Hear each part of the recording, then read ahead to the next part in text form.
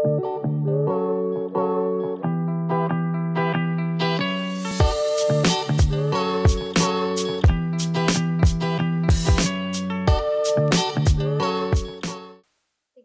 sudah Balai Wilayah Sungai Sumatera 7 berdiri. Selama 13 tahun itu tentunya sudah banyak hal yang kita lalui bersama, mulai dari pembangunan infrastruktur, pengelolaan swakelola dan wajib balai, hingga pemberdayaan sumber daya manusia. Tapi di sisi lain masih banyak pekerjaan rumah yang menjadi PR kita bersama, termasuk juga pekerjaan rumah Kepala Balai Wilayah Sungai Sumatera yang baru, Bapak Muhammad Firman. Nah, di sini saya sudah bersama Kepala Balai Wilayah Sungai Sumatera 7 yang baru, Bapak Muhammad Firman. Apa kabar, Pak? Alhamdulillah baik. Terima kasih ya Pak atas kesempatan yang sudah diberikan kepada Sisda untuk dapat berbincang-bincang dengan Bapak. Ya. Gimana Pak, rasanya kurang lebih 2 minggu sudah duduk di kursi Kepala Balai, Pak? Tentunya kesan pertama saya masuk ke sini selama 2 minggu ini saya ada rasa kekeluargaan dan kehangatan di dalam 2 minggu bertugas di sini. Setelah 2 minggu bertugas, teman-teman BWS itu sudah mulai ada komunikasi karena pejabat-pejabat inti PSK-nya mulai berdiskusi tentang kondisi BWS Sumatera 7 sekarang ini. Apa hambatan dan apa persoalan-persoalan yang dihadapi oleh BWS Sumatera 7. Tentunya itu awal yang baik. Teman-teman sudah mulai berani untuk mengeluarkan informasi, tidak sungkan lagi berdiskusi dan bertukar pendapat lah dengan ide kita. dan pendapat juga ya Pak? Iya. Jadi ini tentu modal awal lah buat saya di sini. Alhamdulillah kalau begitu Pak. Saya pikir ini adalah berangkat dari satu pemikiran positif bahwa niat kita kan mau membangun di Bengkulu ini. Tentunya kalau ada support dan dukungan dari teman-teman di sini dengan rasa kekeluargaan, keharmonisan, kita tentunya bisa untuk ke depan untuk menyelesaikan persoalan-persoalan dan juga mungkin bisa bagaimana untuk pengelolaan sumber daya air ke depan.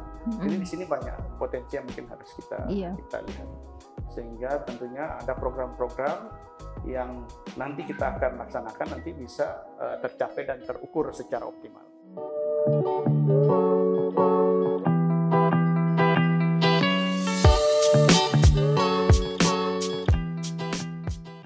Dalam suasana yang baru nih ya Pak, menjabat sebagai Kepala Balai di Balai Wilayah Sungai Sumatera 7, kan dalam sebuah institusi atau organisasi sumber daya manusia itu sangat berperan dalam peningkatan kualitas kinerja di dalam instansi atau organisasi tersebut. Bagaimana Bapak akan meningkatkan peran Bapak sebagai Kepala Balai Wilayah Sungai Sumatera 7 agar sumber daya manusia yang ada di sini itu berperan secara optimal untuk meningkatkan value di Balai Wilayah Sungai Sumatera 7? Tentunya kita tidak bisa pungkiri bahwa di dalam satu organisasi itu bahwa sumber daya manusia SDM ini merupakan satu hal yang vital dalam menggerakkan sebuah mesin organisasi, terutama di BWS Sumatera 7. Tentunya setelah saya ada diskusi dengan Subag PU, saya melihat bahwa memang sumber daya manusia yang ada kita ini belum ideal, tapi itu bukan merupakan hambatan. Benar. Saya yakin dengan pemetaan dan identifikasi ya terhadap kebutuhan organisasi ke depan, bahwa kita bisa untuk itu dengan tentunya meningkatkan kapabilitas dan mengaktualisasi seluruh SDM yang ada di sini.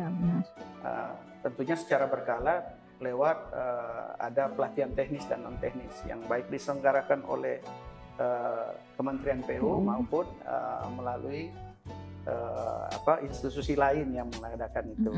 Dan saya pikir ini merupakan satu tantangan ke depan hingga SDM yang ada di BWS Sumatera 7 bisa lebih optimal di dalam membantu mereka.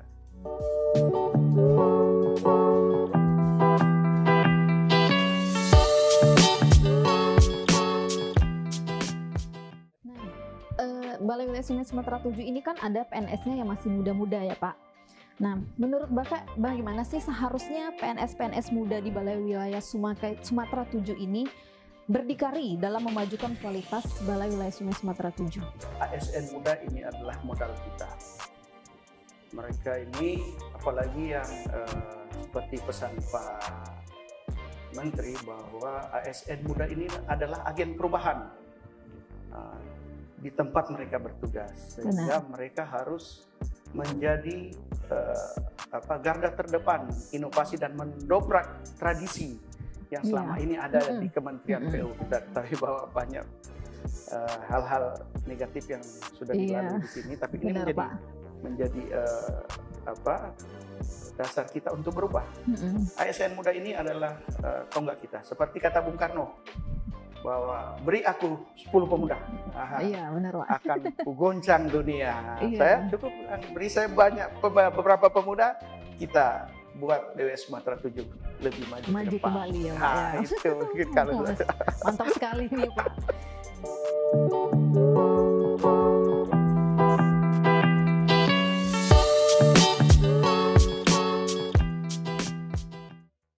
Kemudian saya ini mulai tertarik nih Pak bicara mengenai strategic leader. Ini kan memang sedang membahana juga ya Pak masalah strategic leader.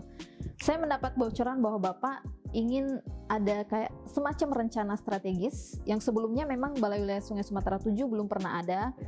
Jadi Bapak ada rencana membangun bendungan ya Pak di wilayah sungai Wewenang Balai Wilayah Sungai Sumatera 7. Apa langkah-langkah dan konsep Bapak untuk bisa mewujudkan rencana membangun bendungan itu, Pak? Ya.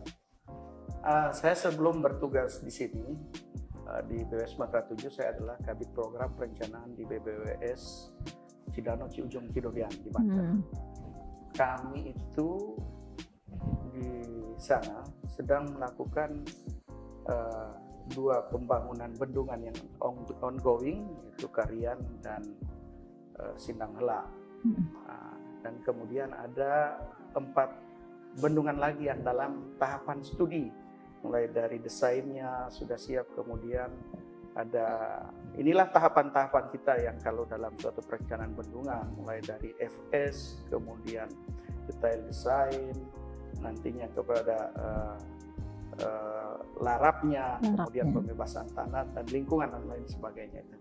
Nah, pengalaman inilah yang insya Allah akan kita bawa di BWS Sumatera 7. Karena saya pertama kali datang, saya langsung menanyakan program kita, belum ada yang bendungan.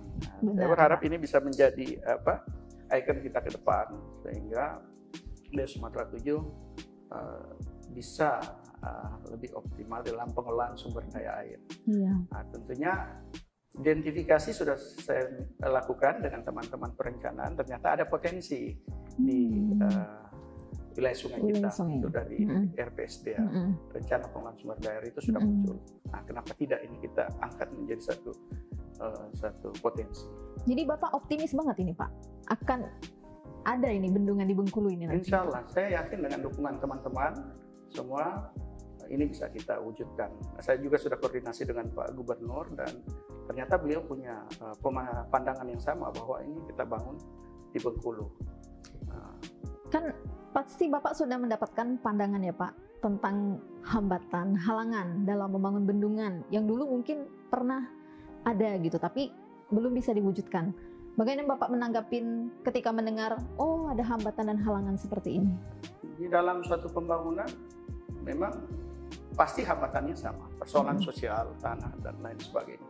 Tapi jangan jadikan itu sebagai suatu halangan untuk di dalam kita membangun di dalam pengelolaan sumber daya air. Malah tantangan seperti itu harus bisa menjadikan cambuk bagi kita untuk bisa lebih berinovasi dan lebih bisa untuk menggerakkan pembangunan di Provinsi Bengkulu ini.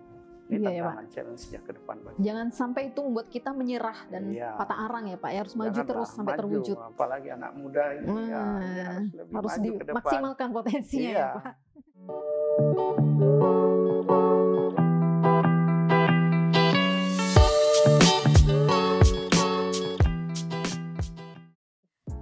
Oke Pak, berlanjut berbicara mengenai strategic leader. Potensi-potensi seperti apa di tahun-tahun pertama nanti Bapak memimpin Balai Wilayah Sungai Sumatera 7 yang kira-kira mau Bapak gali di tahun-tahun pertama, yang Bapak lihat, oh ini sepertinya ada potensi. Baik itu di potensi pembangunan infrastruktur bisa Pak, atau potensi Bapak melihat sumber daya manusianya, atau kegiatan-kegiatan bersifat swakelola. Tentunya di tahun pertama yang crash program yang saya lakukan ini hanya untuk bagaimana mengenali dulu BS Sumatera 7. Iya benar. Programnya kan sudah berjalan. Iya. Saya hanya mau membangun dulu. Rumah kita ini harus kokoh, kebersamaan dulu yang saya bangun. Betul, setuju Jadi Pak. saya potensi SDM sudah saya petakan, mulai saya petakan. Kemudian potensi yang paling adalah potensi hambatan di sini, ada permasalahan. Iya benar ada Pak. Ya yang fail lah ke belakang yang kemarin kita dengar ada tsunami yang menghantam Sumatera 7, tapi ini bukanlah merupakan tsunami dalam tanda petik. Ini menjadikan modal kita untuk ke depan. Kita bawa jangan mengulang lagi.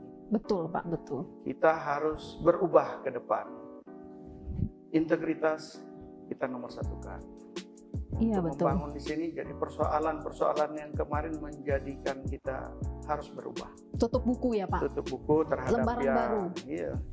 Dan kalau kita tidak berubah, ya akan seperti ini kejadian berulang. Jadi harus berubah sehingga BWS Sumatera 7 ke depan itu akan dilihat orang sebagai BWS yang punya kemampuan, kapabilitas personilnya yang bisa kemana-mana itu bisa ditempatkan. Sehingga punya daya saing. Iya benar Pak, daya saing ini yang penting.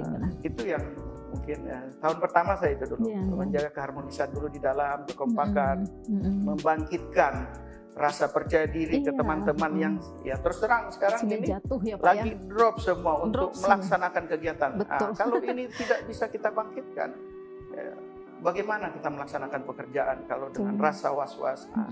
Tentunya ini modal kita bahwa integritas kita kedepankan, kita mau berubah. Nah, di tahun pertama ini dulu yang saya coba untuk menjaga keharmonisan, kekompakan dulu di dalam Balai Wilayah Sungai. Mudah-mudahan ya Pak. Insyaallah. Insyaallah.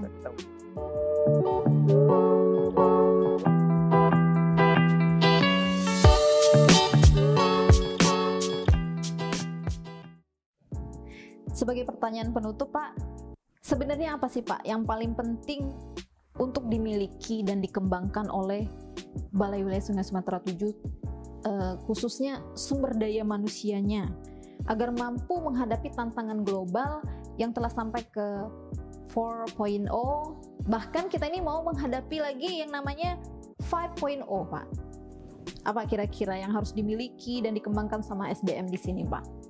Nah, ini selaku insan PUPR dalam menghadapi tantangan global 4.0 mau menuju 5.0 ini, ya tentunya kuncinya adalah kecepatan dan ketepatan. Sebagai insan PUPR dituntut untuk bisa mengaktualisasi diri terhadap perkembangan teknologi. Itu kita harus bisa akurasi perencanaan dan pelaksanaan serta transparansi di dalam pengelolaan sumber daya dan pertanggungjawaban terhadap keuangan yang dikelola. Iya benar. Output maupun outcome itu harus jelas dan bisa dilihat oleh masyarakat. Nah, ini insan PUPR itu harus bergerak cepat sesuai dengan motonya ya Pak. Nah, mungkin itu yang harus kita miliki di dalam melaksanakan pembangunan di BWS Sumatera 7 ya. Bergerak cepat, bertindak. Bekerja keras, bergerak cepat dan bertindak tepat. Dan punya rasa seni kata Pak Menteri. Iya. Jangan serius-serius amat ya Pak ya. Ada seni-seninya dikit serius, tapi ya Pak ya. santai, terasa tanggung jawab itu harus masih ada. Bisa olahraga. Iya. Bisa nyanyi-nyanyi sedikit ya Pak. Iya, nyanyi di kantor rame-rame aja kalau hari Jumat. Iya.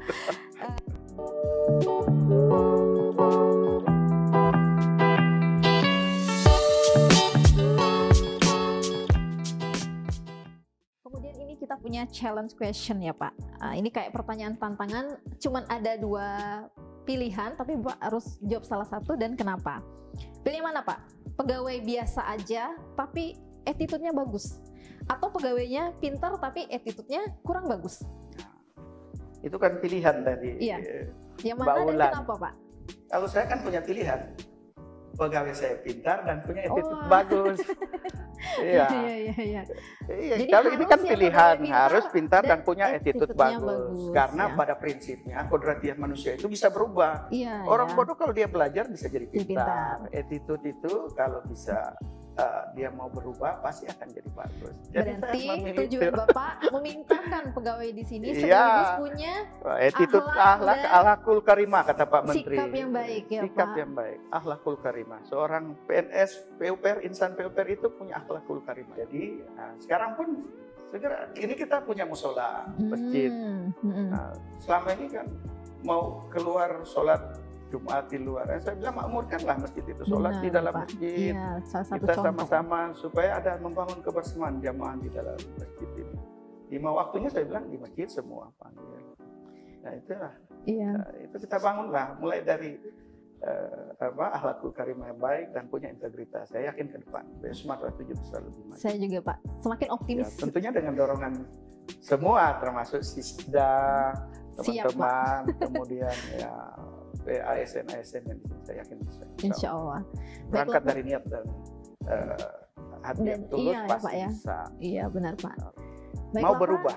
Iya benar-benar mau berubah. Ini yang paling berubah. penting, mau berubah dan mau mendukung Kepala Balai Sumatera 7 sepenuhnya. Saya sih punya BW Sumatera 7 bangkit. Harus tahun 2020 adalah tahun kebangkitan Balai Wilayah Sungai Sumatera 7. Bekerja amanah dan bangkit. Nyata, gotong royong, keras, dengan iman dan takwa. Aura optimisnya muncul banget ini Pak. Di Sumatera 7 bangkit. Ini karena ini sudah lama ya Pak, aura optimis seperti ini itu seperti menghilang gitu. Sekarang tuh kayak muncul kembali, kayak ceria-ceria sekali orang datang ke kantor saat ini Pak. Mudah-mudahan insya Allah, pokoknya mohon dukungan, support, dan kita banyak beribadah aja. Insya Allah. Baiklah Pak, kami ucapkan terima kasih atas wawancara eksklusifnya, tapi suasananya santai sama Bapak Muhammad Firman. Insya Allah kita akan ketemu kembali dengan wawancara berikutnya. Assalamualaikum warahmatullahi wabarakatuh. Terima kasih banyak ya Pak.